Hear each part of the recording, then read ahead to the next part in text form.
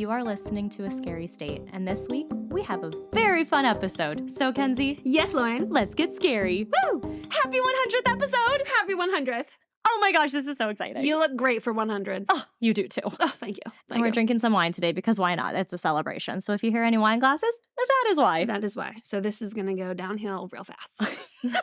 We deserve it. It's our 100th episode! Woo! I want to thank all the people who have been there since the very beginning. No, but for real, thank you so much for listening, guys. This means a lot. Hitting 100 is just a very, very cool milestone. So Couldn't do it without you. Yeah, so thank you so much for everyone who's listened, who started at the beginning, who started late. We appreciate every single one of you so, so much. Yep. And as always, tell your friends, tell your family, tell everybody you know. Yeah, exactly. So that we can get to 200. Yes. So I had the creepiest thing happen. I sent it to you. I was editing the podcast. I had a candle on. Oh, yeah. I was just chilling, minding my own business. And then Joe's like in the kitchen cooking. And all of a sudden, I hear this loud pop. And like I freak out. Roy freaks out. Joe freaks out. And we look. I had a candle. It was like a 3-wick candle. And I guess all of the wax had burned. Like, you know, sometimes you can't burn all the way to no wax. Well, usually it's like a liquidy looking thing. Yeah, but it burned at, like there was no wax. Okay. And so it had hit the glass and shattered the glass. So the candle literally exploded. Damn. So there's like flames coming up and there's like smoke. And I'm like, oh my God. So I'm like blowing at it and all the glass is super hot. It was terrifying. That is terrifying. It was really scary. Yeah. Thank God Roy was like way over there and he was fine. Oh, and now he's licking himself. Hey. Stop it. That's what I would always do when Jimmy would lick that area. I'm like, that's disgusting. Stop it. But yes, it was very scary. I'm sorry. Are you okay? I think I'll make it. Okay. That's good. That's my only scary thing this week. Oh, I was walking down the hall the other day and my coworker who listens to this episode or like to this podcast, he walked by me and he was like, oh yeah, your other coworker was right. Sometimes the dryer will get clothes hitting it and that's why it opens. And I was like, gee, thanks. My coworker was telling me that she was listening to an episode and she's like, and you kept screaming and it's too early for that. And I'm like, which one? She's like, Kansas. And I'm like, the one where you're drinking wine. I said, yes. Uh-oh. That one. I do scream quite a bit. The wine is back. The wine is back. And I'm like, sometimes Lauren does a really good job of telling a scary story. Oh, thank you so much. It's like the reason why I don't watch scary movies is because these stories, believe it or not, do fucking freak me out. Yeah, some of them are pretty creepy. So fucking creepy. But it's fun. I was thinking about a scary movie the other day. Like one that you wanted to see? No, just in general, like what it would entail for me to watch one. Okay. And I was kind of going through the process and I'm like, okay. I've come to realize, because, you know, I watch Criminal Minds and like... Exactly. When it gets, you watch creepy things. Right. When it gets to the nighttime, I definitely, like, while I'm watching it, not creeped out. But when I have to get up and, like, go to the kitchen... I get that. A little uncomfy. Yeah. And then I hate having to open my linen closet. Yeah, I could see that. Terrible. But I was like, okay, I probably would be fine while I watched it. Because that was never my issue. No, see, that's the same thing. Like, I'm fine while I'm watching it. It's after. But it's after. And that's the part where I'm like, yeah. Realistically, I probably would not get nearly as scared as I did when I was a child. Oh, no, you'd be fine. Ish. But I would just be so nervous. Yes. And, like, I really like the Scream franchise. Like, that's probably one of my favorite scariest movies. But Ghostface like runs like he is a sprinter, and just thinking about that terrifies me. And I'll be like upstairs in our loft and I'll look down. I'm like, what if I see him running through the house right now? I don't need to do that. I just scare myself. And so so that's my issue, is I think of the things afterwards and then it scares me. See, that's what I'm trying to avoid. But not all the time, because then I watch like something stupid before I go to bed and then I'm fine. Like South Park. Okay, but I ruminate. I know you do. So I think you could do it. It's funny that you bring up running away because we had our fun run today. Oh, how'd that go? Fine. I walk. Miss, no, are you going to run? No. I am not a runner. Why not? I don't run. But you have the shoes on, because I would make the excuse when we would walk laps at recess that I didn't have the proper shoes to run. Oh, that's funny. And so I was like, yeah, but I told you, I don't run. Doesn't matter what kind of shoes I have on. If I'm running, you should run too because something is chasing me. That is the only reason you will ever see me run. Valid. I ran the last lap with one of my girls. Oh, yes. Good for you. Are you sore? Are you going to be sore? You're going to be sore tomorrow. I think my legs will be a little sore. Because I was like, okay, if I'm going to walk, then I got to make it like a good walk. Right, like power walk. And so I was trying to take like big steps and quick. Yeah. So that's like half running. Yeah. Although my watch was like low cardio. And I'm like, damn, okay. And here I just fucking ran. So. Excuse me. All right. Right. Do we want to jump into 100th episode things? We sure can. All right, Mackenzie, tell us about the number 100. So there are no fun facts for the 100th episode. So I tried to find things, or Lauren tried to find things that turned 100 in 2023. It was difficult. A 3-position traffic signal. So before 1923, there were only lights for stop and go. Garrett Morgan witnessed a bad accident in downtown Cleveland, and because of that, he came up with the concept of the warning signal. Which is your yellow light. Although that to me says either hurry Speed up. He received the patent for that on November 20th, 1923, which he sold to General Electric for $40,000, which in today's money would be $703,717. 19. Damn. That's close. The automatic watch was made 100 years ago. The bulldozer. The instant camera. Cotton swabs, which is hilarious because I have my story. Really? Cotton swabs. Other things to make you feel old. Believe, oh my God, by Cher came out 25 years ago. Wow, I'm older than that song. Ew. Do you believe in love after love? Great song. The first Harry Potter book came out 25 years ago. Finding Nemo came out 20 years ago. I saw that 11 times when it first came out. In theaters? 4 of those were in theaters. My gosh. theaters. I saw it once in theaters. My mom and I loved that movie. My mom loves the part where the octopus goes, "Oh, you guys made me ink." Before Mulan, that was the movie that I could quote. Yeah. Okay. Friends ended 19 years ago. The Office finished 10 years ago. Royals by Lord came out 10 years ago. Doesn't it not feel like it's been that long? Anything that happened, like even when we were in high school and college, I'm like, no, that was only like 5 years ago. Right. That's how I feel. I feel like the 90s was like about 10 years ago. Yeah. Yeah. Yeah. My kids were singing a Backstreet Boys song today.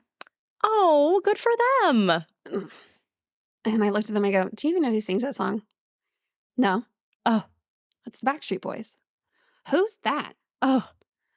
And one kid goes, were they out in the 70s? I'm like, child. No. And the other one goes, no, they were out in the 1980s. And I'm like, oh my God. I was like, one more decade. No, they were in the late 2000s, early 2000s, late 1990s. 1990s? When was that? Okay. I was there. Yeah, I was alive during that. I was alive during that. Weren't they racist? What? Not that I know of. No. Yeah, not that I Nothing's know come out of. about it. And well, now that makes me wonder. I don't think they are. Right. Though. I've never heard that before. Right. And then I thought I heard one of my girls like starting to say that like that time. And I was like, well, I can't really say no because she's not wrong. Right. Like it was. But what specifically is she referring to? What do you think you're thinking? Right. I was like, there's a lot of shit that happened that probably was racist, but like, what do you know? Yeah, from a time when you weren't even alive yet. Right. So I don't know. I didn't ask. I turned the conversation. Probably for the best. Yes. Vine was 10 years ago. Or a big 10 years Loved ago. Vine. You know, it's funny because I was into Vine for a little bit and then I stopped being into Vine and then like it stopped altogether. So I was like, okay, I didn't miss out on anything. But then when TikTok came around and like even when YouTube got big and everyone's like talking about like, oh yeah, it's like giving me Vine vibes or like there would be jokes about these Vines and I would just laugh along with it as if I knew what the fuck people were talking about and I had no idea. Because there are some of the Vines like, right. Welcome to Chili's. And then free shavakadu. That's my favorite. The ones I know are, look at all those chickens. Yep. And an avocado. Thanks. We say, I don't know why, we say that at work so much. Like someone will bring an avocado and we go, an avocado. Thanks. I always don't want to know do that why. with a potato. Let's say a potato. Yeah. Thanks. It's pretty much like if you ever want to get an idea of how a teacher responds when a student gives them something. Thanks. That's it. Right there. So other things that happened 100 years ago. King Tut's burial chamber was opened. Which is never a good idea. No. Let the man rest. Ooh. There was a horrible 8.2 magnitude earthquake that hit Japan. That was not the oohing part. The oohing part was in 1923. Lauren's birthday was on a Friday, and my birthday was on a Saturday. I just thought that was very Turn cool. Up. Mount Etna in Italy erupted. The first baseball game was played at Yankee Stadium. The most popular boys' names at the time were Robert, John, and James. Ah, wow. And girls' names, Mary, Dorothy, and Ellen. I have a Dorothy. Helen. You have a Dorothy in your class? I have a Dorothy in my story. Oh. Yeah. Fitting. Mm-hmm. And $1 in 1923, Jesus fucking Christ, is about $16.50 today. Yep. That's some bullshit. Doesn't that make you sad? That makes me pissed off. Uh-huh. Fucking inflation. Jeez. So, Lauren, what you talking about, Willis? All right. So, as I'm sure is no secret to everyone, I am super fascinated in my disappearances. So, what better way to celebrate our 100th episode than with a disappearance that took place exactly 100 years ago? I found one that was exactly 100 years ago. Okay. So, Mackenzie messaged me like a couple days ago and she goes, so does our episode, does our topic have to be 100 years ago or could we be give or take a couple years? And I said, mine was exactly 100 years ago. And she goes, what did you say? I said, you little shit. So, I found a tale from exactly 100 years ago about a village with more than 600 people who completely vanished. Oh. And even 100 years later, there is no explanation for what happened to all of the villagers. Shit. So, Hoer Verde was a small isolated village in central Brazil located right in the Amazon forest, supposedly in the interior of the state Goiás or Mato Grosso. Those who lived here mainly survived on their agriculture and their ability to trade with neighboring villages. I wanted to give a nice translation of what Hoer Verde meant, as I couldn't really find a translation of what Hoer meant. All the sources online kept saying things like promiscuity, which at first I didn't think was right, because that doesn't sound good. But an article I found said that the word isn't even Portuguese in the first place, because Portuguese is the official language of Brazil. Right. Yes. It's actually a Dutch term, a term meaning whore. Well, and Dutch sort of in a way does make sense because the Dutch did colonize northeastern Brazil for a short time in the 1600s. So maybe. Random fun fact. Yes. Side tangent. If you go to Aruba. Jamaica. Ooh. Yeah. Mm-hmm. Same one. Uh-huh. They speak 3 languages. English, Spanish, technically 4. English, Spanish, Dutch. And then there's this native combination of Spanish and Dutch. So cool. Together. Yeah. Interesting. Mm-hmm. That makes sense then. Mm-hmm. And so then we know that verde means green in Spanish. Green whore. Yes. With that knowledge, it roughly translates to green whore. Okay. Which, not great. I was like, that can't be right. So, on February 5th, 1923, 100 years ago, a family, all of whom were visitors, were traveling to the small town of Hoer Verde to see their relative who had recently gotten married just a few months earlier and had settled into the town. Their plan was to visit for about a month to spend time with each other, but to also propose their plan of opening a retail store in the town. Walking into the village, these visitors immediately noticed something odd. This village of over 600 people was completely dead. Not a single person was seen walking around, and there was an eerie silence hanging in the air. Only the sound of their footsteps echoed through the streets. Buildings and well-built houses seemingly sat empty with doors and windows wide open. Signs hanging off of businesses swung in the gentle breeze. The visitors were unsettled and began looking a little bit more into the town. Looking through windows and around, they quickly noticed that the whole town was completely abandoned. Not a single person was seen sitting at home, not a single person was still in the town. And it seemed that all of their personal effects were left behind, including clothing, food, even pets, and other domesticated animals. Continuing through the town, they eventually arrived at their relative's house, which sat on the outskirts of the main square. The front door and the windows were open, just like the others that they had seen in town. On the kitchen table, plates were laid out, and on the plates was rotting food.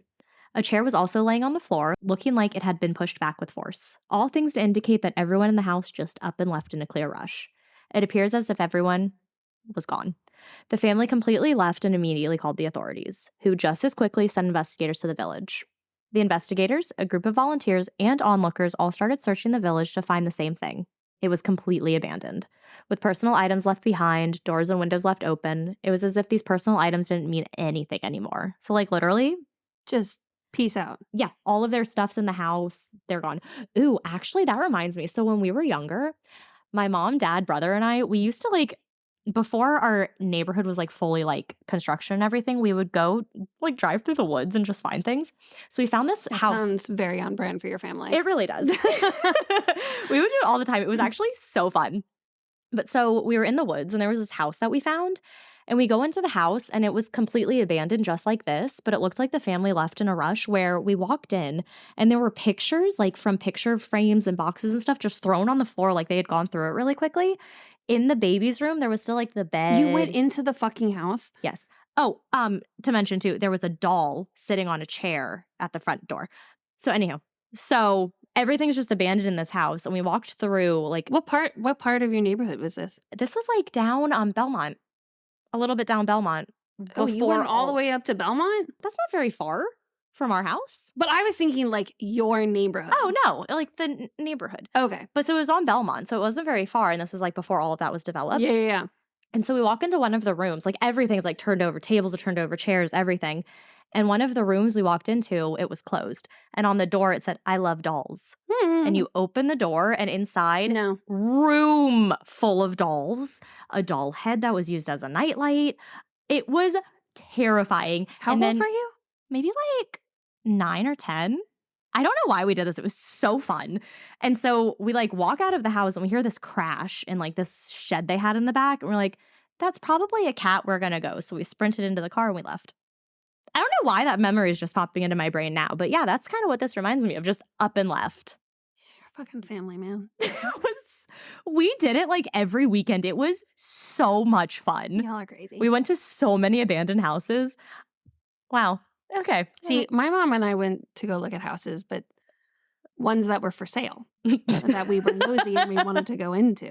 It was so fun. Okay, so back to this story of the abandoned house. So the investigators, the group of volunteers, all those people started to look through the town to see if they could find anything at all. Within the house that supposedly belonged to the mayor or a teacher, depending on which source you read, a gun was found. There are two versions here of the gun. One says that the gun appeared to have been recently fired, with 4 of the 6 bullets having been shot. Okay. But no bullet marks were found in the room at all. So where did those 4 bullets go? Right. Another version says that the gun was found in a school building that was in the village. It was then taken for forensic examinations, where it was later determined that the gun had been fired the day before, but by who remains unknown. Also in the school, written in chalk on the blackboard, were the words, quote, "There is no salvation." What? So let's talk about this phrase that was found on the blackboard for a second. Okay. First off, it is unknown in what language this phrase was originally written in, as Okay. over the years and all the different translations, it's been 100 years. Right. It is now, "There is no salvation," but we don't know if that started in English, French, Okay. Dutch, whatever. Right. But in both English and Portuguese, again, the main language in Brazil, the phrase holds little significance. Like, it's not a meaningful phrase. Like, that means nothing to us. Okay. But if the words had been this one phrase in Latin, it could have related to another Latin phrase. So I'm not going to say what those Latin phrases are, because that just sounds like a really good way to summon a demon to me. So I'm just not going to say them. Okay. But the Latin phrase would translate to, quote, "Outside the church, there is no salvation." So it is theorized that maybe the school was in the middle of a religious lesson, as this, like, is a very religious, Yeah, that very would Catholic kind of area, Makes sense. Latin and everything. Yeah. And this evacuation / mass exodus happened right in the middle of that lesson, leaving the phrase there, having little to no significance. Okay. Or it could mean something. Right. But on a creepy side note, part of the local church that was in town had been destroyed prior to this whole thing Okay. by what is believed to have been arson, but the chapel was pretty much untouched. So inside is a whole nother story. So sacred images were found shattered on the floor. The altar had been deliberately overturned, like someone had intentionally come into this church and messed it up. Okay. So it's just kind of creepy that we have this like phrase on here. We know Yeah. a church was recently destroyed. There's a gun. People are gone. So back to the situation. A manhunt was launched to look for all of the 600 villagers who are missing to see if any trace at all could be found. That's like taking my entire school. Right, and just gone. Transporting them. Mm-hmm. But nothing was found. That's so crazy. Literally no sign of 600 people. That's gone. It seemed as if there had been no signs of a struggle, no ambush, no kidnapping, like no violentness that could like account for this. It just looked like everyone had just up and left. After witnessing all of this and experiencing the eerie feeling that settled over the town, the search group decided to leave and to never return, avoiding the town altogether. They were scared an evil entity had been responsible for the disappearances and didn't want to be around that. It is said that just a few days later, the whole investigation was closed by direct orders from the Brazilian government. And all of the information about these 600 residents were closed to the general public under the heading of secret. So today, the town of Hoer Verde has been reclaimed by nature, never to be returned to again. Well, shit. So, of course, we have our theories. Okay. I was about to say, damn, you said it was short, but like, fuck. Real short. Goddamn. Heard that gulp. I know. It was very loud. Okay. What I'm really hoping is that the gulps have been quiet enough that you can't hear them. I couldn't hear them. I haven't heard them so far. But that when you're listening back to this and editing, that I'll hear them. that you'll hear them, but you Yes. can't take it out because I'm doing it when you're talking. That would be a bitchy move now, wouldn't it? It would be. So if you hear Mackenzie's gulps, I do apologize. They're not as loud as they could be. They're bad. I take them out for everyone's ear enjoyment. One of these days. No. It's so bad. Okay. It's like to the point where like I was once listening, I had my headphones in, I heard, I was like, oh my God. Because you're doing it like right into the microphone sometimes. Well, that's what it sounds like in my head. Oh, I'm so sorry.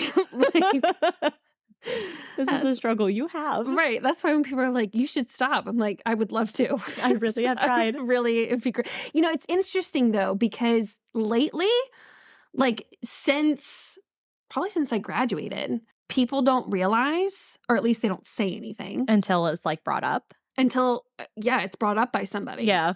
And like, I'll do it in like a quiet setting and no one will look at me and say thirsty.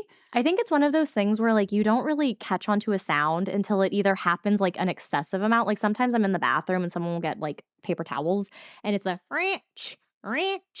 And after the third time, I'm like, how many freaking paper towels do you need? I am that person. Oh my God. 1, you have small hands. 2, perfect amount. If you do anything more than 2, like stop. I usually do like 4. I would hate you. Well, I got rings and I got No. I want them to be. But how big are your paper towels? Like this big or like this big? Ours are this big. Ours are like the. Oh, yeah. No. Yeah, Ours yeah. are like big. Yeah. Oh, yeah. Those are fine. Yeah, but we don't got that fancy automatic shit. oh my God, it's so freaking annoying. I can't. Okay. Back to these theories. Oh, that reminds me. There will be times when I'm in a meeting and I'll like, because sometimes I do swallow loud and it makes me really self-conscious because I think of you. But so I'll swallow and I'll try to time it perfectly that I set my water bottle down as I swallow. It never works. And then just people who it's a whole situation. So No, I do it and then I look around to see if anyone says anything. And if they don't, then we just keep going. I've read this story about this person. They had to fart and it was a quiet room. So they were gonna drop their textbook and fart at the same time so no one heard it. They dropped their textbook and everyone looked at them and they farted.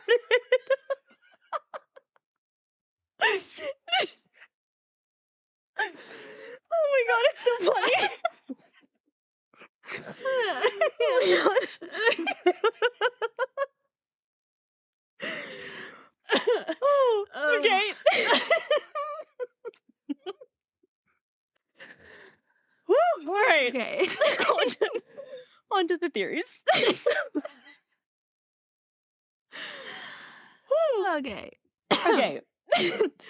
All right. So one theory is that the villagers fled on their own accord to escape what was happening in Brazil. So during this time in Brazil, the political climate was not great.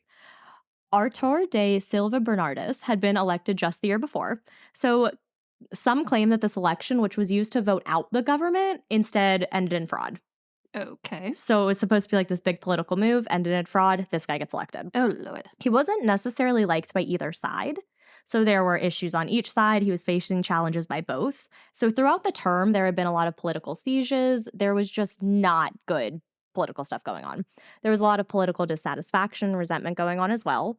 Coffee, I guess, was a big thing because the oligarchs with coffee were receiving preferential treatment while others were essentially suffering. For the next 8 years, there was civil unrest and just revolts. This is right before the stock market crashed. But this is Brazil. Yeah, but it's going to affect. Oh. So there's just like a lot of bad stuff going on. At least I think it is. I could be totally wrong. I mean, but they are also in like a really small, isolated part of the Amazon rainforest. That's true. I just meant Brazil in general. Right. Yeah. I mean, probably because they're talking about like the coffee and stuff. But just 1 month before the disappearance, in January of 1923, there was a major revolution that took place in the state of Rio Grande do Sul, which lasted pretty much the entire year. So from January to December. Damn. So there's just a lot of conflict. Guerrilla warfare was a very real, very feared threat. One theory under this is that the town fled to escape what was going on in Brazil and potentially head somewhere that is more safe. Okay. But this theory has been dismissed because how would 600 people disappear and not be found somewhere else? Right. Like, how would they have not rent a family? Like, there's no way they would just leave. Yeah, contacted somebody. Right. But the other side of this theory says it is believed that soldiers and revolutionaries forced the villagers to evacuate, which is why they left in such a hurry. That would make sense. But this one can be dismissed with some history. Okay. So all of the steps and moves that the revolutionaries took were well documented. There were no records of them coming to this village in 1923. There were also many revolts happening in the area, one in 1922 and one in 1924, but none in 1923. Interesting. Civil wars in Brazil were occurring and causing the displacement of those residents, but there were no civil wars in 1923. And the Brazilian Revolution began in 1930, followed by the Constitutionalist Revolution, which is also the Brazilian Civil War. That was in 1932, so it couldn't have been a war that displaced them either. Right. So not political, not war, nothing there. Then, of course, we have aliens, because why not? Where else are you going to go after that? Exactly. So maybe all 600 villagers were abducted by a huge alien spaceship. Believable, yes. Mm-hmm. I will say that there are reports that said just a few weeks before the mass disappearances, neighboring towns were seeing strange colored lights and hearing unexplained sounds in the woods and in the sky. So something weird was happening. Sounds like aliens. What was it? I don't know. It does sound like aliens. It could very well be aliens. Yeah. Because it just like, everyone's just gone in a hurry. Mm-hmm. Don't know when they're going to be back. And then our next theory is kind of a little weird. What do you think it might be? The next theory? Yeah. Like, what's a theory that you think could be happening with this? Well, we already covered aliens. The most obvious one, yes. Some sort of magical something. Okay, sort of. Or like a blip in the space-time continuum. Like ooh, those things are so freaky. Like alternate dimension that kind of swallows them up. Okay, kind of. Okay. So the next one along that, kind of, is black holes. Close. So very close.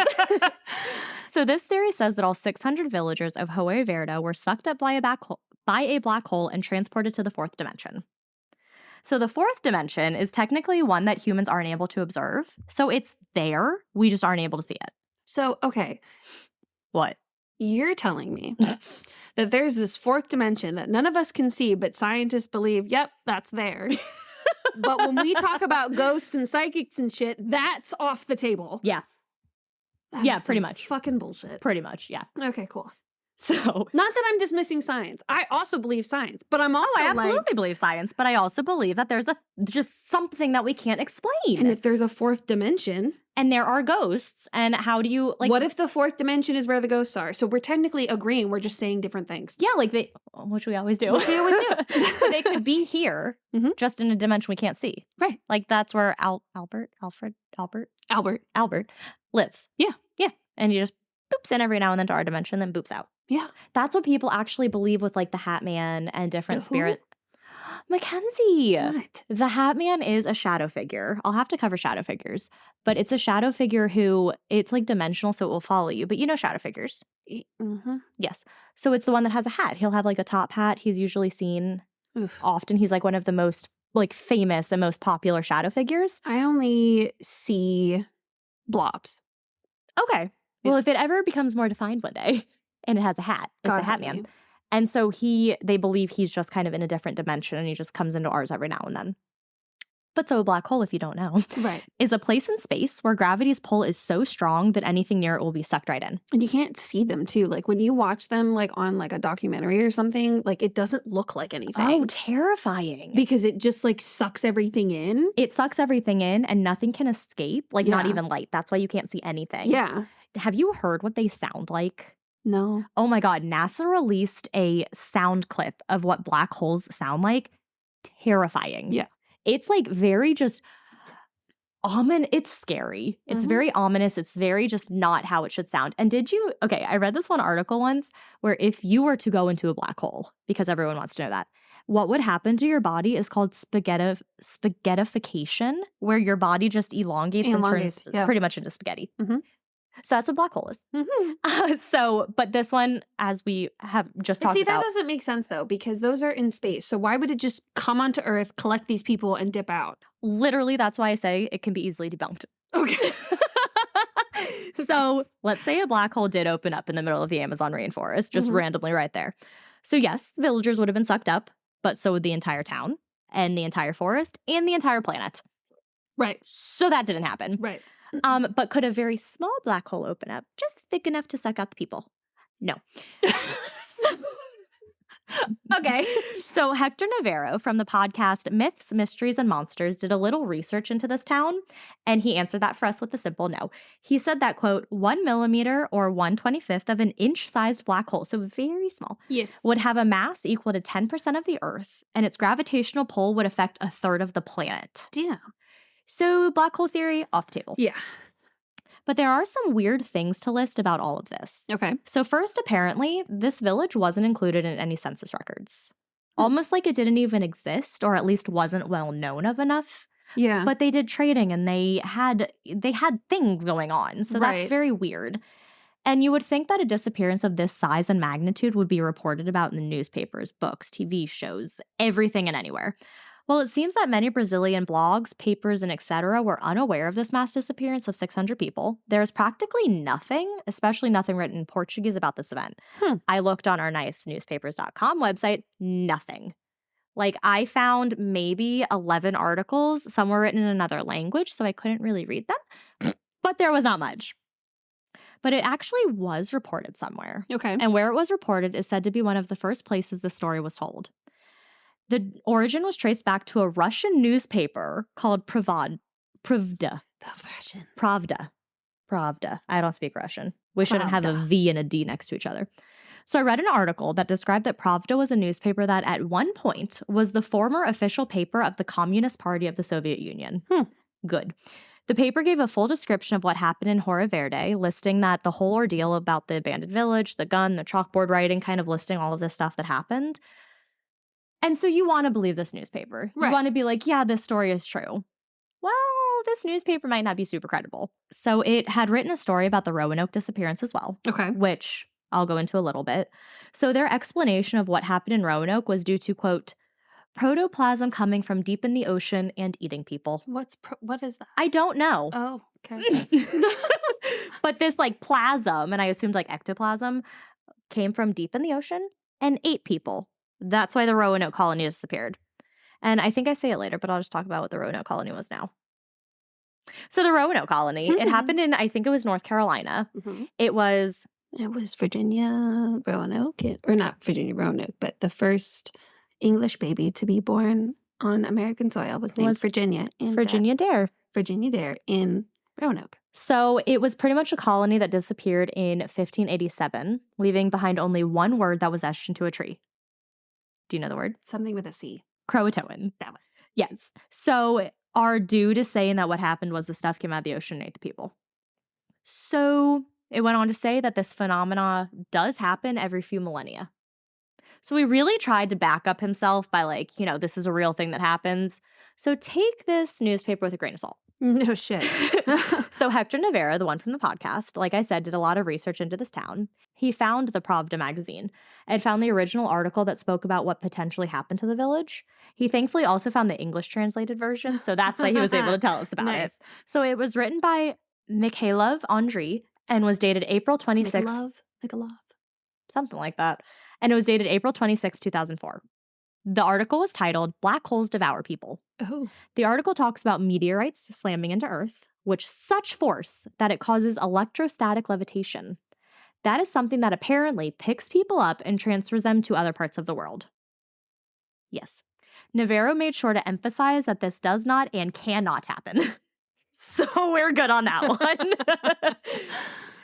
So is this newspaper able to be trusted about a town that supposedly disappeared during the day? So Navarro, also being skeptical of the truth of this magazine, suggests that maybe the origins of the story can be traced back even further to a small detail that was in Dean Koontz's 1987 novel Phantoms. And look behind you, I have a book by him. God, what the fuck? I'm sorry, I have a book by him. Look. Where? Yes, okay. I just thought it was very cool. As I was writing these notes, I was like, I think I have that book. Don't fucking do that. God. I apologize for pointing behind you at the book that I can see clearly with my eyes. As she's like telling me about this fucking disappearance, look behind you. Motherfucker. Poor timing. Drink your wine, be happy. So this book was made into a movie in 1998. So pretty much in the novel, there's an investigation into the disappearance of a small town in California called Snowfield. Okay. They are trying to figure out what happened to the town and are comparing it to other towns that have disappeared, like Roanoke and a place called Hoer Verde, Joya. Oh. An excerpt from the novel goes, quote, and he told them of Hoer Verde, a South American jungle settlement that had met a fate similar to Snowfields. Hoer Verde, which means green jewel, was a trading post on the... doesn't. Hoer Verde, Joya, means green jewel. Hoer Verde, our town, means green whore. So they're different. Oh. So Hoer Verde means green jewel, and it was a trading post on the Amazon River far from civilization. And this is an excerpt from the book. Mm-hmm. In 1923, 605 people, every man, woman, and child who lived there, vanished from Hoer Verde in a single afternoon, sometime between the morning and evening visits of regularly scheduled riverboats. At first, it was thought that nearby Indians, who were normally peaceful, had become explicitly hostile and had launched a surprise attack. However, there were no bodies found, no indications of fighting, and no evidence of looting. A message was discovered on the blackboard at the mission school. It was no shape, yet it was every shape. Many who investigated the Hoer Verde mystery were quick to dismiss these 9 chalk-scrawled words as having no connection with the disappearance.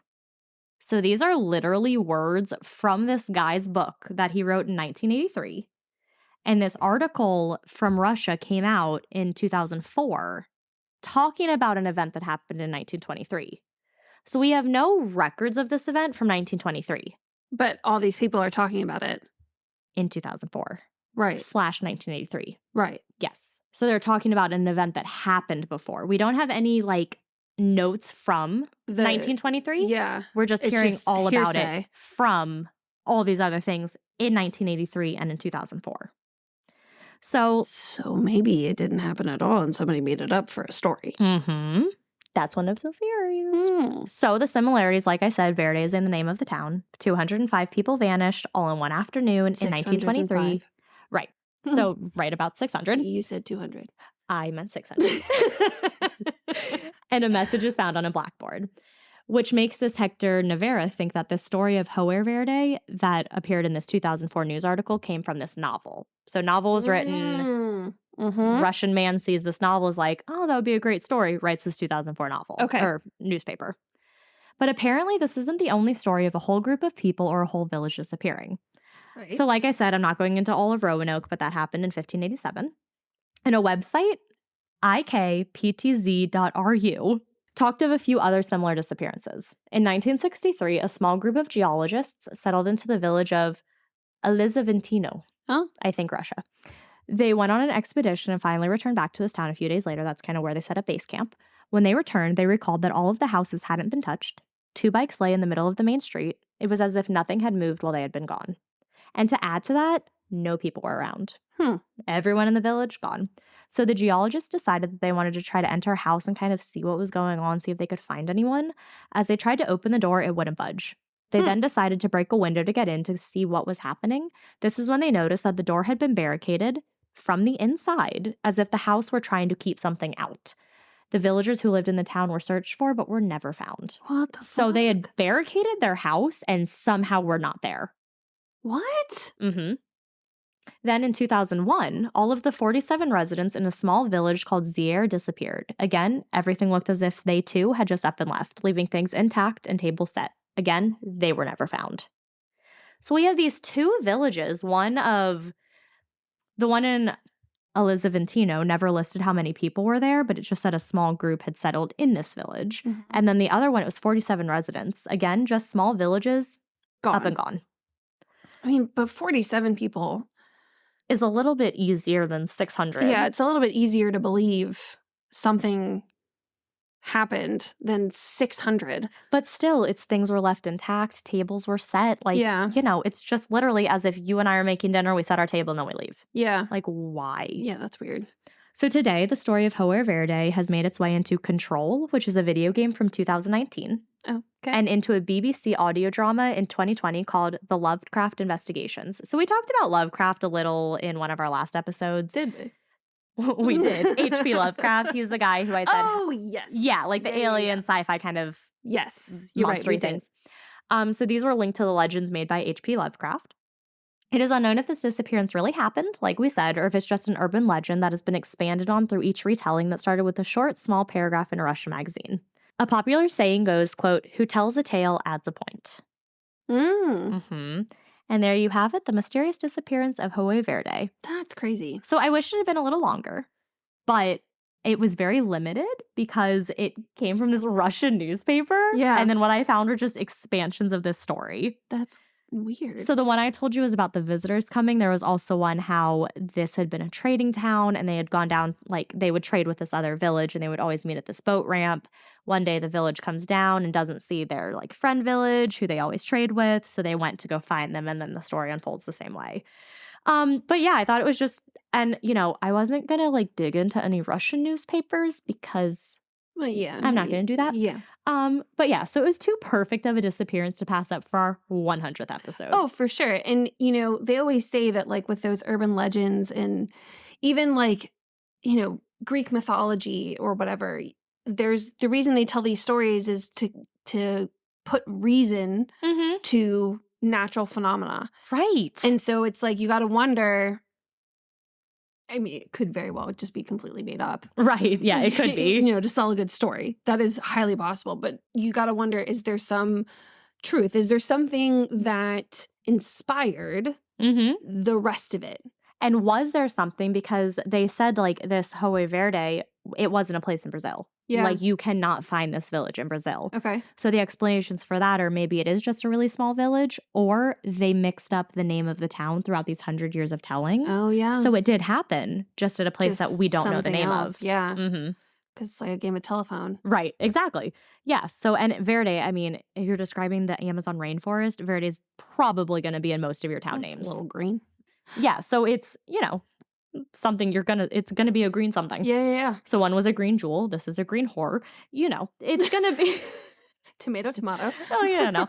So it's going to be something. So it could have been real. It could have not been real. There's no way to know. And it was 100 years ago in an isolated Brazilian town in the Amazon rainforest. So that is a disappearance. And it was cool because I typed in disappearance from 1923. That was the first thing that popped up. Like, you know, when you ask something on Google and it gives you the answer? Yeah. That was the answer. Oh, that's nice. I didn't have that. That's when you're like, overachiever. I was like, actually, Google helped me quite a bit. Wow. That was fascinating. Thank you. Thank you so much. Yes. So what are you telling us for our 100th episode? Whew, I'm going to attempt. Our tolerances. We had nice. What is that? We had nice little glasses of wine, and you were way behind me. Way behind, and I'm like, I'm gonna have to like stay here for a minute while I let this course through my body. Good thing it takes forever to upload these episodes, so we're good. Right.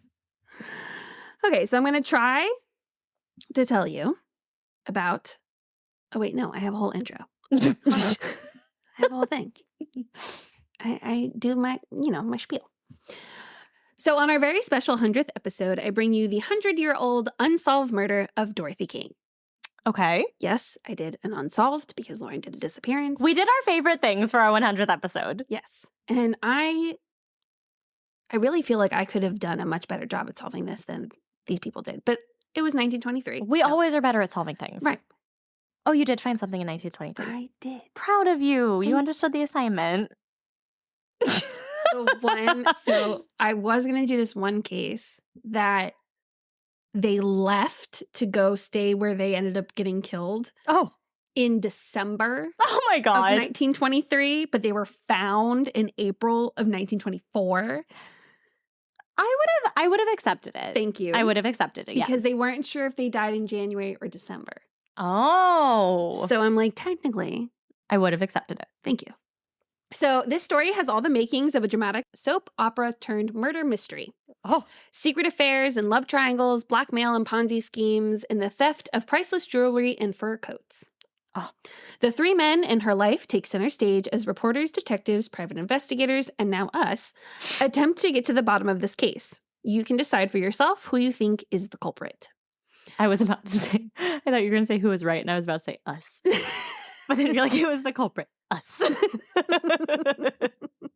One thing to note is that reporting in the 1920s was equipped with no holds commentary from the reporter/author on their thoughts and feelings about the topic, no matter how unbiased they claim. Right.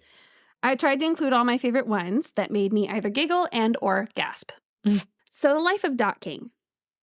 Born in 1894 in Upper Manhattan to poor Irish immigrants as Anna Marie Keenan, she had deep blue eyes with blonde hair and a cute freckled face. She had an older brother, John, a younger brother, Francis, and two sisters, Tess and Helen.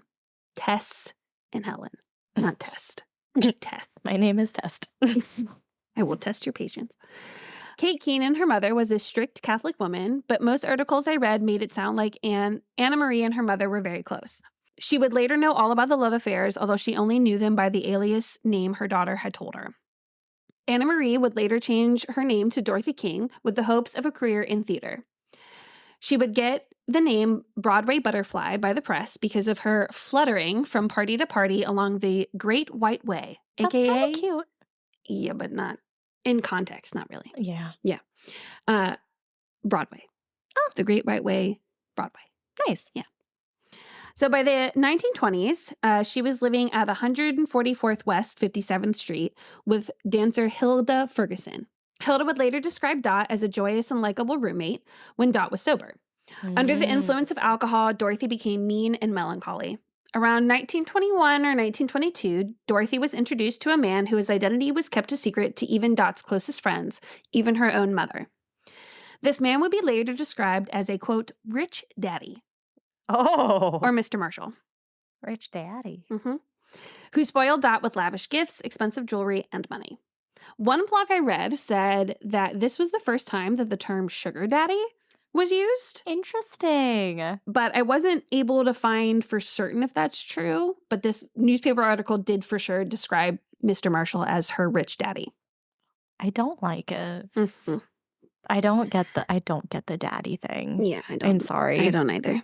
So he had met Dorothy at the Hotel Bevort by a woman who was a, quote, well-known professional introducer. Oh, I like it. Marshall's family home and social duties kept him in Pennsylvania most of the time. However, it was reported that even though he did not see Dorothy often, each time he would visit, he would leave her with gifts of jewelry and $1,000 or more in cash, which is about $17,651.23 in today's money. How much? $17,651.23. Wow. Yes. Wow. Just here you go. I want that. Right? Our friend got some offers from a sugar daddy once, and I told her, I was like, take it. I was like, your husband will appreciate the extra income. Well, okay, so anytime that pops up, I'm like, no. But if it was just companionship, I would do it. I told Joe, I said, if you have like a sugar mama and she just wants companionship, if she wants to go out to dinner, by all means, go for it. I said, nothing sexual, but by all means, all Right. the other stuff, go for it. I mean, I like friends. Right. Yeah. Right. Even Dot didn't know of Marshall's true identity until she saw it on a letter that had been delivered while the two were dining. Marshall was actually John Kearsley Mitchell, who was the son-in-law of oh, wait a minute. Oh, no, that is right. I am supposed to say that then. I couldn't remember if I bring it up later. Okay, sorry. It's like trying to be mysterious. So like Oh, of course, hodgepodge things together. Yes, absolutely. Marshall was actually John Kearsley Mitchell, who was the son-in-law of E.T. Stotesbury, who was apparently one of J.P. Morgan's closest investors. Oh. Or that makes sense. Not investors. What's the other word? I don't know banks. Advisor. Advise. Oh, that's Investor, even different. Advisor. I don't know. Close. Investor is like giving the money. Advisor is like telling you what to do with the money. Yeah. Right? Yeah. Okay. I don't know. I think that sounded good. He's important. Okay. That's all we need to know. Right. And yes, I did say in-law, meaning that Mitchell was married, and hence the reason for the secret identity. Mitchell had swore her to secrecy, and Dorothy had no intention of breaking that promise. She only ever told all her secrets to one person, her maid, Ella Billy Bradford. Okay. Mitchell wasn't the only lover in Dot's life. She was also cozy with the son of the U.S. Attorney General, Draper Doherty, was also married, but he kind of seemed like a stand-up guy. Owning his relationship for Dot for what it was, a reporter had located Doherty in Atlantic City about a week after her murder. He said, quote, "I was a friend of Dorothy King. I knew her well and have been her guest in her apartment at 144 West 57th Street in New York City." Doherty didn't deny that he had paid for her purchases in New York in the fall of the previous year. And he went on to say, quote, "I am willing to tell the authorities all I know about poor Dorothy King. I have known Dorothy King and at least one member of her family for at least a year or more. It is a great compliment to be told that I was so fascinating to Dorothy King that I had supplanted both Mitchell and this man, Gumiers, in her affections. I must have been some sheik, which is a leader in a Muslim community." Oh, okay. Not Muslim, just use that phrase. Oh, okay. Yeah. So who is this Guimarães that Doherty refers to? No one could have an easy name. I almost called him by his first name, but it just didn't seem right. No, it never does. So, and the reason why is because his name is Albert. Oh. I didn't want to associate my Albert with the same one. Your Albert's a good Albert. Good Albert. Although we don't know that Guimarães is not a good Albert. Okay. It's just suspicious. That's true. Okay. Yeah. Okay. Suspicious Guimarães Albert. Yeah. Who Dot met while she was living actually with another man. So at the time, she was living with Jack Lanigan. He's irrelevant, so it doesn't matter who he is. The two men lived in the same building, did not know each other. And the building contained a telephone switchboard. Dorothy was making a call from Lanigan's apartment when she accidentally was put on Guimarães' wire. I guess there was something about his voice because, as one reporter put it, quote, "Lanigan was discarded for the black-eyed Spaniard who dressed so fastidious and whose knowledge of women in the world was profound despite his youth." Oh. The newspaper that published this article also included a picture of the other people talked about in this story, and one of the pictures was of Jack Lanigan. And under his name, in parentheses, it said, "Dot King's discarded lover." Really putting it out there. Oh my God, this shit cracks me up. These old-timey things are just so God. funny. It's wild. So Dorothy was seeing these men essentially all at the same time, but it was apparently Guimarães that, see, I feel like it sounds like I'm saying gamma rays, and it doesn't sound as fancy as the spelling of this name, which is why, like, when I first typed it in, I was like Portuguese, and that's why it said Guimarães. We both have a Portuguese thing. Oh, I know. All the connection. I thought that too. Dorothy was seeing these men essentially at the same time, but it was Guimarães that Dot loved. One article said, quote, "Dorothy did not love Mitchell. She loved Guimarães. Babe, she would affectionately call him. She betrayed Mitchell for her dominating love of a younger, more handsome man on whom she lavished all the affection of which she was capable and much of the wealth received by her from Mitchell." Dot would frequently go and spend the evening with Guimarães once Mitchell had left the apartment he was paying for her to live in. Because we know that this is closer to a Greek tragedy than a fairy tale, Guimarães was not a great dude. It had been reported that he had been involved in some shady dealings in Boston, and he would later be arrested on a gun charge. He reportedly had beat Dorothy when things didn't go his way, and she often had to explain away black eyes and odd bruises. That just makes me so sad. I know. You should have seen how they talked about her. Oh my God. They never talk well about the female. No. I'm like, you don't have to approve of the way she lived her life, but shit. Right. Like, and how is it affecting you? Right. Anyway. We don't need to get on a soapbox this week. We might, though. Just wait.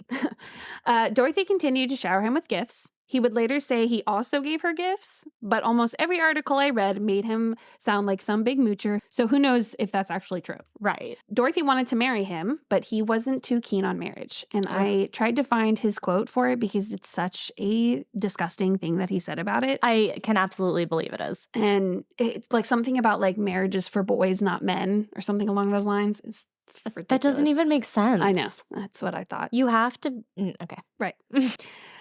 The thing with this guy is that, like, so she has her sugar daddies. Mm-hmm. She gets that money. And then she turns around and is basically a sugar mama to this guy. Oh. So she's, like, giving him all this money and gifts and all these things. How do you have the time? So she has enough money that she can pretty much play until her heart's content. She doesn't have to work. Because remember, it's the 1920s, so $1,000 clearly goes a long way. Right. So, do we want to find out how much that is? I told you, it was $17,000. Right, you did. I knew there was that big number somewhere, but I was like, how does that relate? Right, yes. So yeah, so she was kind of like turning around and using that money that was spent on her for him, which I thought was funny. So on the evening of March 14th, 1923, an elevator attendant reported seeing Dorothy and two men accompany her to her apartment around midnight. One man was older and the other was younger. They went by Mr. Marshall and Mr. Wilson, who was later determined to be Mitchell's lawyer. Marshall is Mitchell. Sorry, it gets a little confusing. Okay. But Marshall is Mitchell. Okay. Which they didn't know until later. Okay. Which is why he's referred to a lot as Mr. Marshall until they knew that he was Mitchell. Yeah. Okay. A few moments later, Mr. Wilson got back in the elevator and left, and the older man was not seen again by the elevator attendant that night or the next morning. Billy Bradford, Dot's maid and confidant, let herself into Dorothy's locked apartment the next morning at around 11:30. I just want to say, being an elevator attendant would literally be the worst job in the entire world. Oh, for sure. Because you're just in an elevator. The whole time. And you know how I feel about those. Yeah. I would not like that. Oh, absolutely. Okay, just go on. When she walked into Dorothy's bedroom, she found her badly beaten with her arm behind her back in the, quote, hammerlock position. What's that? What I'm assuming. Yeah, that's how I pictured it was like her hands were behind her back and she couldn't move. Okay. Yeah, it is the arm pinned behind the back, and these wrestling moves also shows it with the person. Yeah. Okay. Yeah. Okay. Yeah. Glad we're on the same page with this hammerlock position. Mm-hmm. Her lips had been bruised and swollen, and it would later be determined that Dot died from a chloroform overdose. Oh. Many of her jewels, furs, and money had been stolen, and the window to her apartment was left open. And what floor was she on? Not just like a normal floor. Yeah. Okay. Not low enough. Oh. Beside the body, there was an empty 4-ounce bottle which contained chloroform and a wad of cotton that had been saturated and pressed into Dot's nose. So police immediately began to investigate and interview all the people in Dot's life who may have had information about her murder and or was the possible murderer. Right. The medical examiner dismissed the theory that it was a possible suicide. Circumstances in which the body was found showed that it would have been impossible for this to have been a suicide. And you're not going to chloroform yourself. Right. There was no sign of a struggle, but her body did show signs that she didn't just she did put up a fight, but not like a fight you might typically see when someone says, oh, they put up a struggle. Okay. Kind of thing. Like a fight, but not a fight for her life. Right. It was like she probably resisted, and that was about the extent of it. Okay. She had some alcohol in her system, but not enough to make her incapacitated or unable to fight back. There was talk that it could have been a robbery gone wrong. The assailant went in with the intention of knocking her unconscious, but gave her too much chloroform, and that is why she died. But I feel like with the too much chloroform, wouldn't it just be like how long you hold it up to them would be I have no idea. An overdose? Because it's not idea. like you're giving it to them. I have no idea. I don't either. There had been a similar incident with another Broadway showgirl, Dixie Dixon, who had died of a drug overdose the previous year. Her death was ultimately ruled a suicide, but papers at the time began drawing connections between the two women. Dixie was also rumored to have been cozy with a well-known movie star at the time of her death. Another notable starlet that had been robbed was Irene Shlokoff, who had been chloroformed before she was robbed. However, she survived her attack, unlike Miss King. Police and reporters determined that it was not possible this was a robbery gone wrong because of the location of her apartment. While the window had been left open, there was no way for a person to be able to climb into her apartment and in through the window. Mhm. Even with access to the fire escape, would not have allowed them to gain entry through the window. Okay. This meant that they had to enter and exit through the front door. I'm sorry, was the front door? No, she let herself in. Okay. The front door had been locked Mhm. when Miss Bradford had arrived at the apartment the day that she found Miss King. Right. So it was locked. Right. This led to the conclusion that her attacker either had a key or was let in by Miss King and therefore knew her in some capacity. Mhm. When I was telling my mom about this, because mom's from New York, Uh-huh. and so I was like, yeah, it took place in New York. So I gave her the whole spiel. We're theorizing. She's asking questions. And when I told her about the open window, she was like, well, why was the window left open? I was like, I don't know. It just was. And she's like, well, she could have been hot. And I said, it's March in New York City. Right. I don't think so. And so she was talking about how, like, you know, they might put all the utilities on like one bill and like turn the heat on and off and like, you know, that whole thing. And so I go, okay, well, her apartment was 144th or 57th Street. And my mom was like, oh, well, that probably didn't happen because that's really fancy. So that probably wasn't an issue. See, look at this outside knowledge. Right? And I was like, yeah, that makes sense because her sugar daddy's paid for everything. Oh, right. Yeah. So she could afford a fancy Right. So apartment. she wouldn't be living in like a shitty place because she has, right. Yes. So when I told my mom that and she like put into context of like how fancy that was, she was like, no, there was no reason she'd open a window because she's hot. Right. Okay. Right. So that's not it. How convenient to have this information. Right? Police found a man's black rubber comb on the bed, 2 fur coats on the floor, a pair of men's yellow silk PJs that had been tucked under the sofa, a black umbrella that had a small wisp of cotton fluff stuck to it, and the label on the chloroform bottle was scratched off, so the serial number was untraceable. Of course. As police continued talking to everyone in Dot's life, in doing so, it was discovered that Dot had feared for her life in the days leading up to her murder. Oh, that makes me so sad. Police had found a last will and testament on the table in Dorothy's room that said, quote, I, Dorothy Keenan, believing that something unforeseen might happen to me, hereby bequeath all of my worldly possessions to my mother. Okay. Yeah. Rumors began to swirl that someone was trying to get Dorothy to help them blackmail her prestigious lovers. Sometimes when certain words are next to each other, I just can't find it. Mitchell and Doherty were both prominent men with families and therefore had a lot to lose if news got out that they were having an affair. Oh, absolutely. Could the blackmail be the reason that Dot died? Could it have been an enraged lover that killed her to keep her quiet? Or possibly a jealous lover who was angry at Dot for not helping with blackmailing the other men in her life? At the beginning of the investigation, police and reporters were unaware of the identity of Mr. Marshall, a.k.a. Mitchell. Right. Dorothy's mother said that it couldn't possibly have been him because he was an angel by providing so much for Dorothy. Of course. While Dorothy was in the business of being an artist model, don't know what that means, she hardly worked a day in her life. Mr. Marshall had given her enough that she could play more than she had to work. Police had found a letter that Mr. Marshall had just sent to Dorothy the previous Friday. It expressed how he couldn't wait to be in her arms again and, quote, kiss her little pink toes. Okay. The letter became known as the Pink Toe Letter and would ultimately be the reason that the identity of Mr. Marshall was discovered. How embarrassing. Right? The letter was publicized and led Mr. Marshall to come forward and reveal his true identity. Reporters were unsure of the motivation because the letter had not been signed and there was no evidence leading to Mr. Mitchell about being Mr. Marshall. Right. So why did he come forward? Wanted to clear his name as a possible suspect. He was adamant that he was only a friend of Dorothy's, and his wife stood by him with this claim. Oh.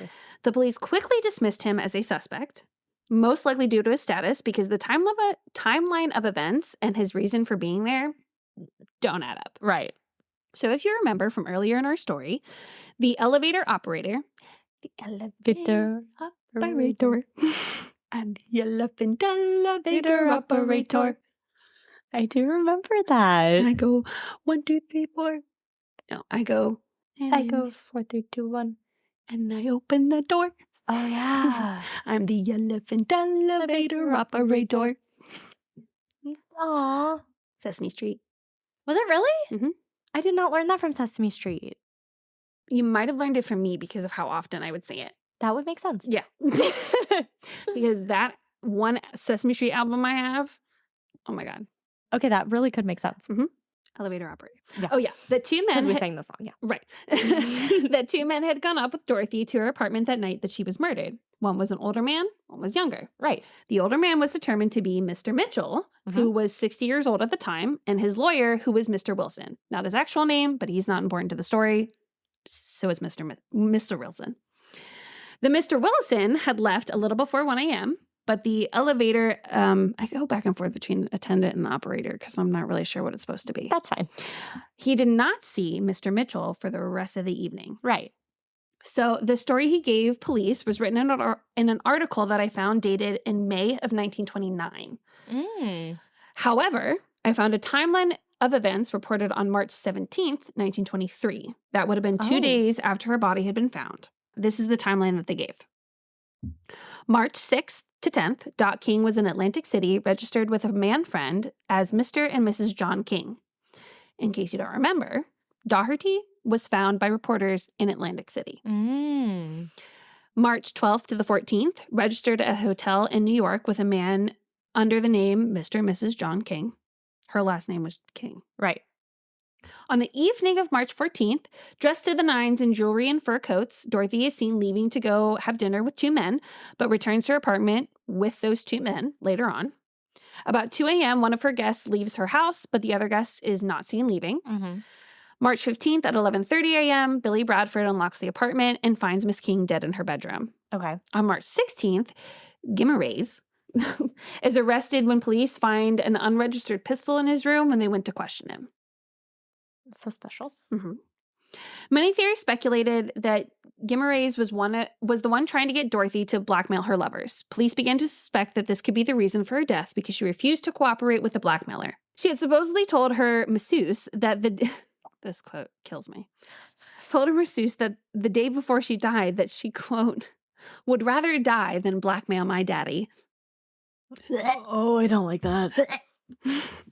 Like, if that's your thing, that's your thing. It's not my thing. So, according to reports, police were sticking to the idea that the robbery had been the motive. But none of the newspapers from the time believed that to be true. One reporter said, this fucking killed me, quote, the difficulty with the detectives has always been the lack of imagination. They couldn't, it appeared, reconstruct what happened from the myriad of facts at their disposal. It's like, true. Did you say myriad? Myriad. Myriad? Oh. Really? Yeah, MYRIAD. Yeah, myriad. Oh, okay. Well, there you go. That one. So, to me, it does not appear that the Doherty fellow is the likely suspect. Right. It is hard to say for certain that blackmail was also involved. Right. The only evidence of any sort of coercion was apparently Dorothy's brother, Francis, had called Doherty to get him a job as a chauffeur and was like, well, I know about you and my sister, so you need to get this for me or else I'm going to tell everybody. Oh, okay. I thought it was the other way around where he was called. Okay. Right. So this is what he told reporters. If blackmailers had sought to hold me up to extort money from me, as they probably intended to extort money from Mr. Mitchell, I would have filled them full of lead. I served in the British Army for 2 years before the United States got into the war. Afterwards, I became a major in the American Army. If any rats of the underworld had sought to use my friendship for Dorothy King against me, I would have pumped them full of lead. It was not until last Thursday when a telephone message came to me that my name was in the possession of dangerous interests, and perhaps I would be threatened and persuaded for personal and family reasons to fall in with the plans of the schemers. While I am the Attorney General Harry M. Doherty's only son, I have no more quit in me than he has. Distasteful as the whole situation is, I will face the music. Dorothy King was more sinned against than sinning. Okay. So, that's it. There is no... Even with the guy on the gun charge, that was it. So the same article from 1929, that's just fucking hilarious to me. They did talk about how police, obviously they couldn't trace the bottle of chloroform, but they did try to go around to find if anybody had seen anyone buying the chloroform. Right. Apparently someone had seen a man with a dark complexion who was very well dressed, possibly happened to perch a bottle of chloroform on Columbus Avenue Is that just something you can go into like the drugstore and be like, hi, I want chloroform? So mom asked the same question. I said, yes, but because there was a serial number, I think even though it might have been readily available, it was still traced and tracked. Right. But like, I just feel like that's not something you should I be mean, able to it's go buy. the same way that you at one point were able to go buy morphine from the drugstore. Oh. So You're like when you had a cough, go do cocaine about it. yeah, exactly. Right. So Okay. So it's hard to determine who knows about who. Mm-hmm. It was said that gamma rays did know about Mitchell, but that Mitchell didn't know about anybody else. Okay. So a lot of people thought that he was trying to get Dorothy to blackmail all the other people. Right. Mitchell said that he was never approached for any sort of blackmail anything. Mm-hmm. But he also said the only reason why he went to go see Dorothy was to collect letters. Okay. And shit don't line up. Yeah. And even this one article said, but it never did develop that Dorothy King ever made an effort to get money from Mitchell on the strength of the letters that she had, because I guess he wrote her a bunch of letters. Mitchell said there was no such effort. However, he never satisfactorily explained why he visited the apartment with another man and why he went quietly and secretly to get them. The police then changed their views to some extent, and they came to the conclusion, which the district attorney had reached long before, that Dorothy was killed probably because she refused to blackmail Mitchell with the letters. Now, my thing is that, okay, plausible, Mm-hmm. but that kind of thing, if her lover was going to go visit her and she's like, no, I'm not going to do this, that seems more of like a crime of opportunity. Like, I'm mad at you and things escalate and you end up, you know, they brought the bottle of chloroform. Right. It was with very them. much more premeditated. Exactly. It had to have been premeditated. Right. Because chloroform's not just like one of those things that you have in your purse just because, or like in your possession just because you have it. And I was thinking, I was like, okay, even if he was mad that she wouldn't do it because it would have gotten them more money, she's spoiling him rotten. Right. Like, why would he have, outside of her not blackmailing, any motivation to kill her? Because like, he was because then you're ending that. Right. So that's why I'm like, yes, I get why he might seem the sketchiest. It's not like I'm saying I don't think he was a good person, because how can you supposedly beat the person who's giving you so much shit? Right. Like in his arraignment, one article said that he like had disposed of his fur coat between the jail and the courtroom, but he had like a bedazzled diamond ring on his finger. Gross. Right. It just, while it makes sense, yes, but if you think about the whole thing in context, it also is like, it doesn't completely make sense. No. You know? Like you could make it make sense if you try. Right. Exactly. And so it's like, okay, supposedly Mitchell didn't know about these other lovers. He didn't go to New York very often. Mm-hmm. Could he have found out? One blog that I read, which the only reason I didn't really use that a lot was because a lot of the information was kind of hodgepodge together. Right. And I felt like there was more, I almost felt like reading it, I'm like, I have to know more of the background of this case in order to understand half the shit you're saying. Okay.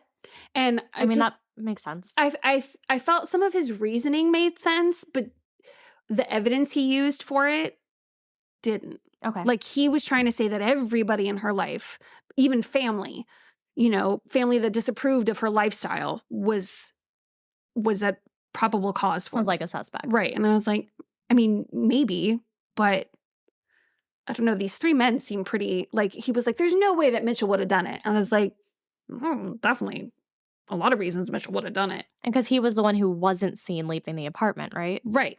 Right. So he wasn't seen leaving the apartment. So he could have technically been the last person to see her. He was the last person to see her. Right. And he tried to say, oh, I just went and picked up the letter. Like he acknowledged that he saw her, but he was like, oh, I just went to pick up the letters and she was happy and fine when I left her and not dead. Did he have any excuse for like why he wasn't seen?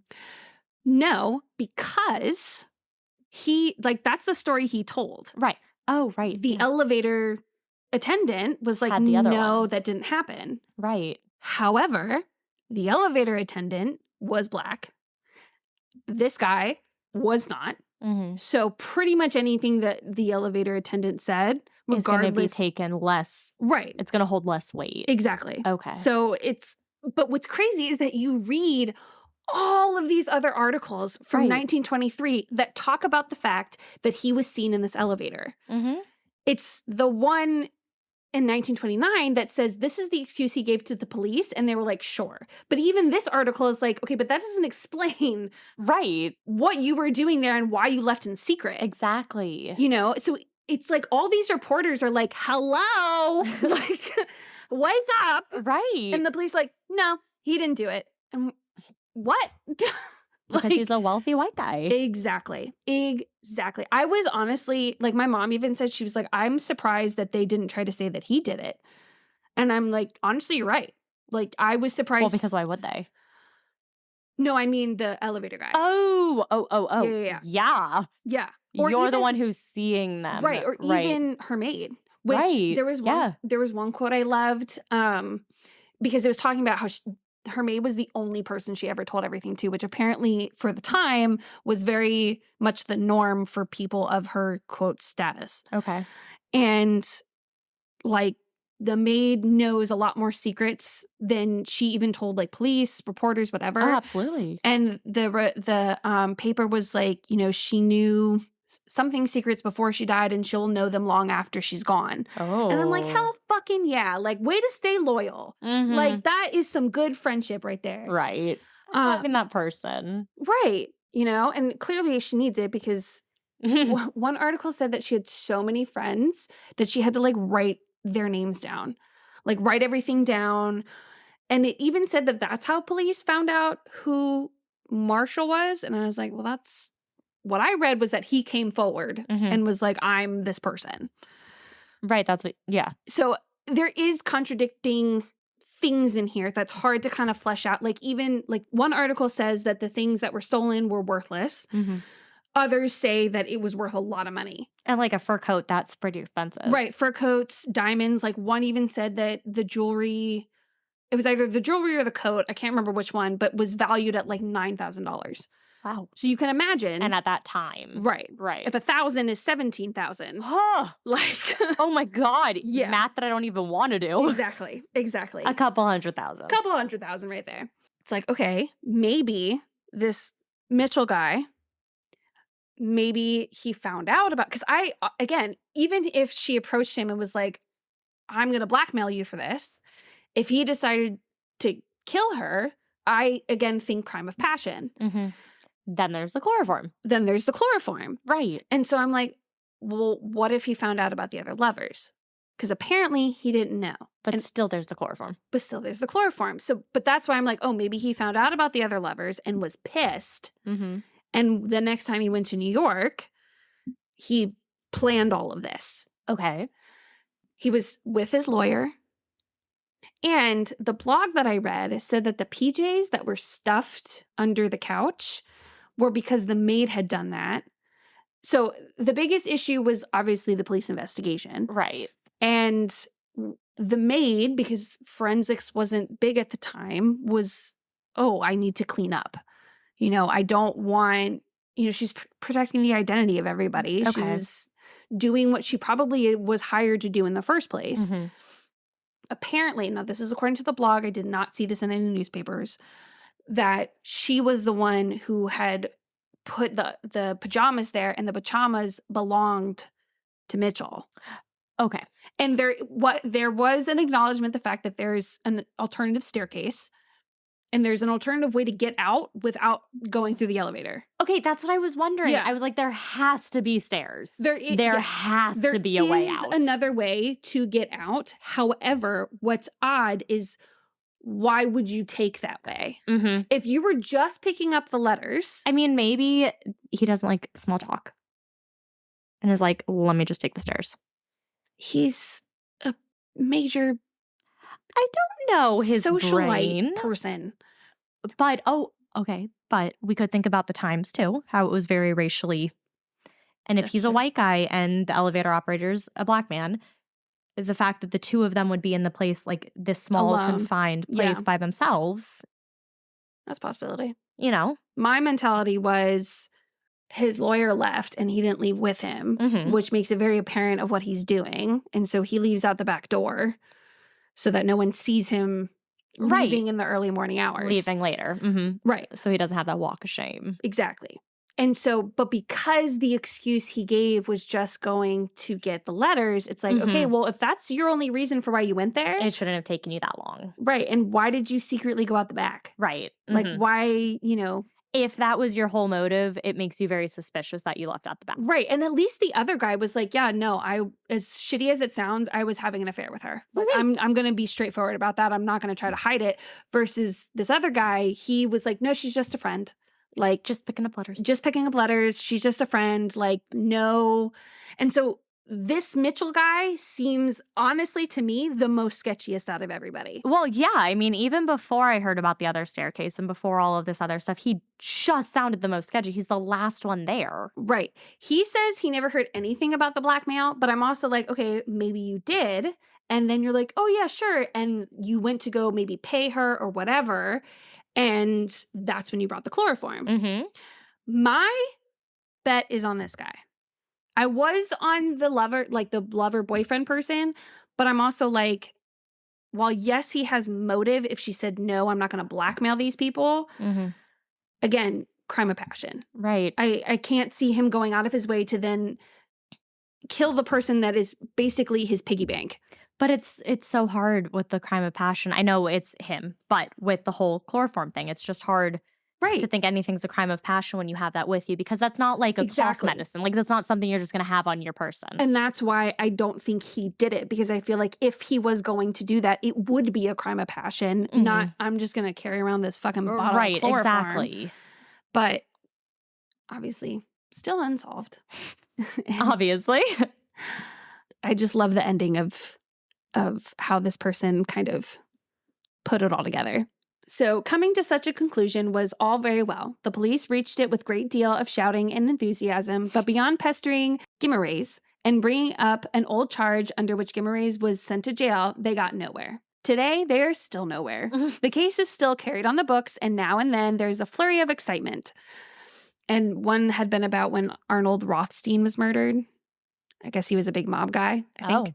And supposedly he had a hand in King's murder, but that was never verified. Of course you're going to put it on the dead guy. Right. So the King case, although it is on the police books, remains a dead issue. And it's lack of imagination more than anything else that made it so.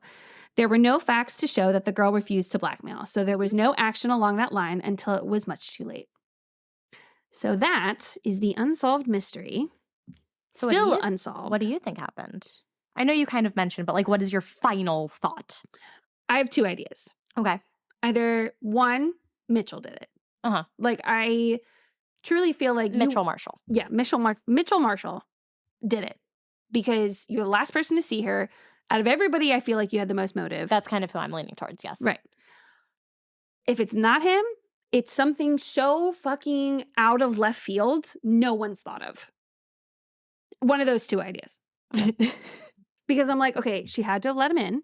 Right, because this guy, but see, he would have a key to the apartment he's paying for.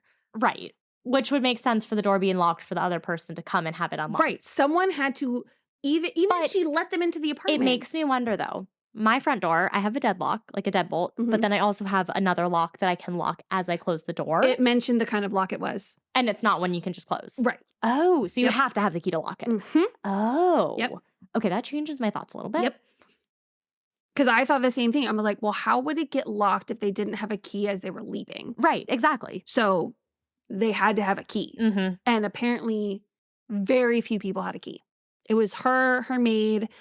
And at first they said that was it. There was maybe a rumor that she had a spare key that she'd given to the elevator guy to like just allow people to go in so she didn't have to go get them or something. It sounds sketchy. Yeah. But that was only in one report I found. Right. Other than that, it was those two people had the key, was the maid and her. But I'm also like, if Mitchell was paying for the apartment. He probably had a key too. He most definitely had a key because he's like, I'm paying for this to be with you here. I own this. Right. I own this and essentially I own you. Yeah. So that's why I'm like, problematic. He probably had a key. His lawyer left obviously because he's like, oh, okay, these two are going to do whatever. Yeah, I don't need to be here for this. Right. Whatever happens, happens. And, maybe Dorothy did threaten to expose. Maybe it was the whole like, oh, I'm going to tell your wife, you need to leave your wife for me or whatever. Right. It's just, I keep going back to the chloroform. Well, right. And that, and a lot of the newspapers said that it wasn't Mitchell that she loved. It was the other guy. Mm-hmm. Like that was who her true love was. But she still wasn't going to betray any of the people in her life because that's just not how she played her game. Mm-hmm. And so to me, it was definitely premeditated. Oh, absolutely. Someone had a motive to do so. Even if it was a heat of the moment motive, it was the motive. It was still a motive.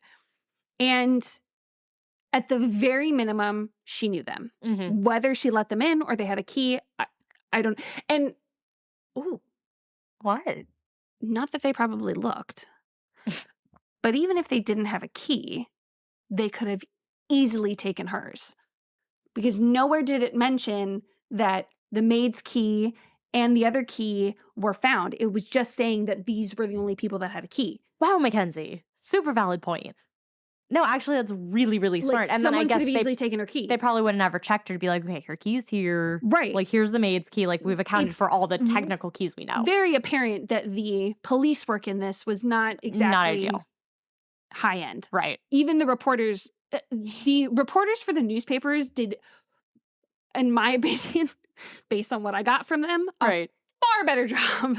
They always do. Like one even said that the newspaper got a private investigator to look into this case. Oh my God. Because they were like, this is not what you're saying it is. Right. Like apparently the police were really gung-ho on the whole robbery thing. Mm-hmm.